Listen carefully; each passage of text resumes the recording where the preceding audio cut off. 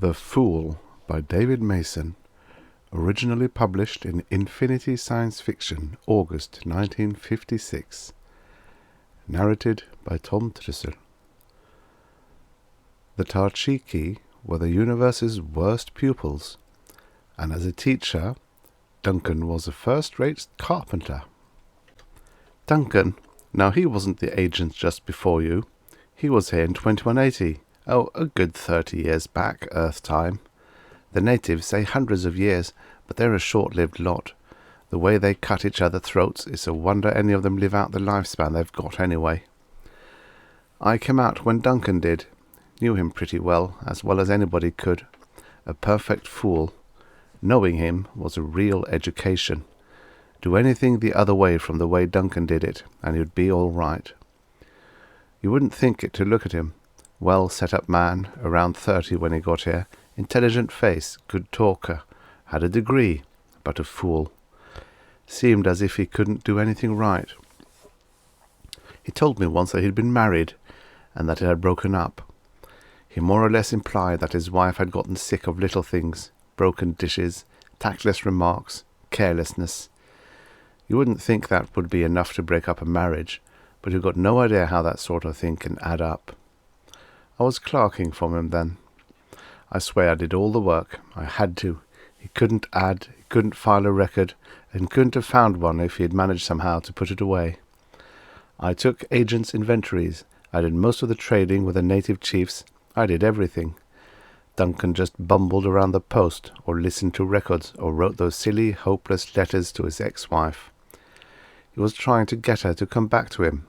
How do I know? Well, who do you think worked the subspace transmitter, as well as doing everything else? The native thing really annoyed me, though, because it was dangerous. You know the Tarchiki. They look human enough, except for minor details. When it comes to a Tarchik female, I'll overlook the green skin and the pointed ears every time. But they aren't entirely like us. They have a liking for war and torture that's really sickening. Our ancestors, oh now really, you're talking just like Duncan. That was always his apology for them. He said our own ancestors were pretty bad too. Certainly they were, but I can't see any ancestor of mine acting the way a Tarchik does with a captured enemy. And they haven't the slightest sense of sportsmanship either. They'd rather jump you from ambush than fight in the open, and they won't fight at all if the enemy's stronger than they are. That's why they've never made any serious attempt to do in all the Earthmen on their world. That and greed. They get very good deals from us, and they know it. Anyway, I'm sure none of my ancestors ever acted like that. But Duncan was always ready to forgive a Tarchik anything. That used to upset the hell out of them, too, because they expect to be punished when they're caught at anything. They don't understand our reluctance to kill, but they respect a patrolman's shotgun, and when they get caught stealing or taking each other's tails, they know they're going to get a few months in quad, or what they hate much worse, a public flogging. If they didn't get punished, they'd assume it was weakness on our part, just like kids. Anyway, there was Duncan, holding long confabs with the Tarchiki, trying to teach them some sort of elementary ethics. Naturally, it didn't take at all. They listened because they love long speeches, but they never acted on what he said. He used to tell them that if they stopped chopping each other up and hanging up the rows of tails as war trophies, their lives would be a lot pleasanter. They used to nod and applaud, but Duncan never caught on to the simple fact that they thought this was meant to be a joke. They didn't think their lives weren't pleasant enough. After all, look at their situation. They got plenty to eat without working hard for it, plenty of time on their hands. Why shouldn't they keep down their surplus population? They don't know any other way, except breaking up their eggs, and they only do that to enemy tribes. While he was at it, Duncan tried to tell them all about love and things like that. Oh no, not sex. If there's anything a Tarchik doesn't know about that, there's no Earthman going to teach him. I mean the way they treat their women. A Tarchik's women nothing but a piece of property as far as sex goes, but there's some kind of curious maternal inheritance thing. Anyway, it's as funny as hell to see a big Tarchik buck get down and bump his head in front of his mother and his aunts and all his other female ancestors. That's the one thing he's really afraid of. But till she gets to be a mother, a woman leads a fairly rough life, getting passed around as a kind of prize of war, working harder than the men, all that. So Duncan wanted them to be a bit chivalrous to their women, share the work, all kinds of things like that. You know what they thought of that idea, another Earthman's joke. But the funniest thing of all, to them, was his idea about the kids. Naturally, a Tarchik pup's no use to its father till it's a bit grown. Then, if it's a boy, the old man teaches it to drink smussy and file its teeth, and go out ambushing and cutting tails with the other noble savages. If it's a girl, the father looks around for a suitable buyer as soon as its breasts are grown, and hopes for the best price possible. To the mothers, though, the kids represent a kind of investment, since custom directs the first loyalties to the mother's clan. So they treat them pretty well, although a bit casually, since they litter by twos and at least once a year. Anyway, Duncan seemed to think highly of kids. Can't imagine why, since he never had any of his own. He used to run a kind of school for them, taught them all kind of things that Tarchiks got no use for at all, made toys for them, badly naturally.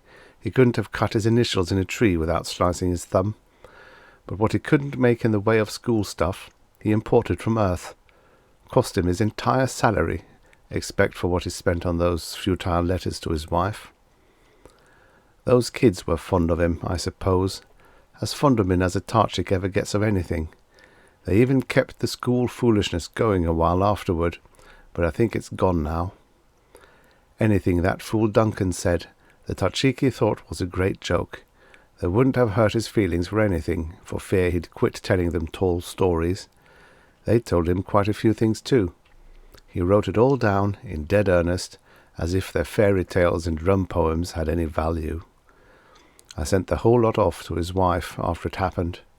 I think it got lost in transit. I never heard from her anyway, or she may have thrown it all away. I can't imagine what else you could do with such a pile of nonsense. As a matter of fact, that's what led up to it, those damned legends. Duncan got interested in their religion. Never do that, boy. Let 'em all have their ghost stories and wooden gods, and never fool around with their idea of what makes the planet go round. The Tarchiks have a lot of small time fetishes, but they also have one big god, a fat one made out of stone, out in the jungle over near Mount Clark. Every so often they all go up in a body and pay him a visit, and they take along any spare pups, usually extra girl children or prisoners from other tribes. This god, Katherine his name is, I think, likes children too. He likes them best roasted, like birds on a spit. Charming deity. Anyway, when Duncan found out about Katherine, he got very upset. He went blazing out there to Mount Clark, and he blew Katherine all to bits with a grenade. The Tarchiki didn't care for that, naturally. About a week later, Duncan was on his way over to the big village near here to give his Tarchik kids another arithmetic lesson, I suppose. Old Stancha, he was the local religious big shot, a kind of high priest, threw a spear from the bushes, Tarchik fashion, and nailed Duncan very neatly. Nailed, yes. That's the way we found him, with his back against a tree. Just another case of a man's foolishness catching up with him.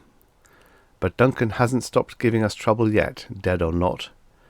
First thing that happened was that old Stancha came into the post, demanding to be executed. He claimed he'd made a big mistake killing Duncan, the biggest mistake of his life. I never could figure out what he meant. It seemed to have something to do with what Duncan said to him just before he died. Well, if Stancha had kept his mouth shut, we'd have no case at all, which would have been just fine with me. I was agent in Duncan's place, and I was out to see to it that business stayed good and got better. Can't annoy the natives by executing their high priest and expect good trade. But I couldn't very well let Stancha go either, once he'd confessed.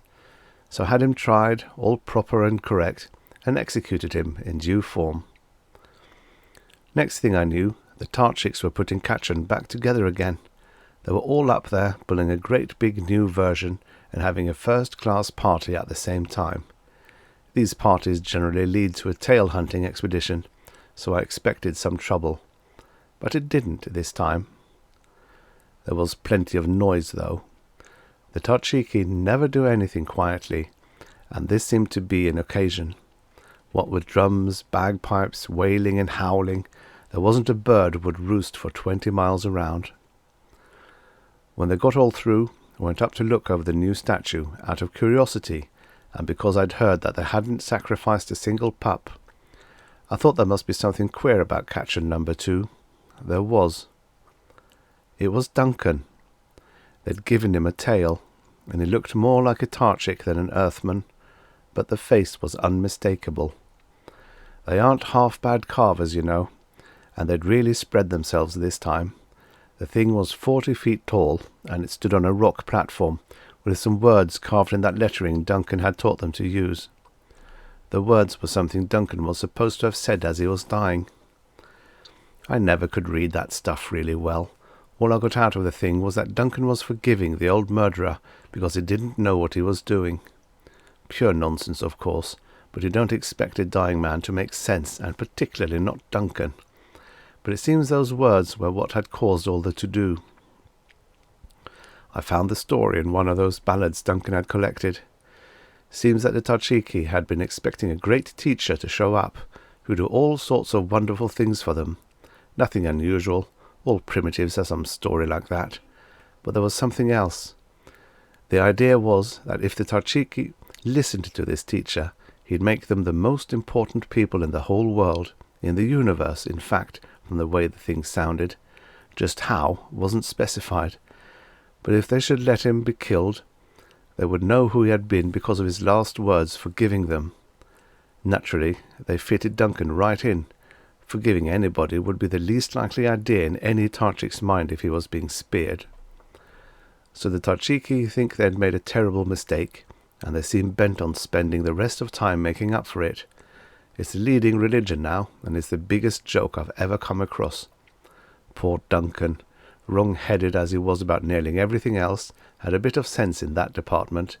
He never had any religious nonsense in him. Anyway, it shows you, doesn't it? I've always said you can learn a little from practically anything.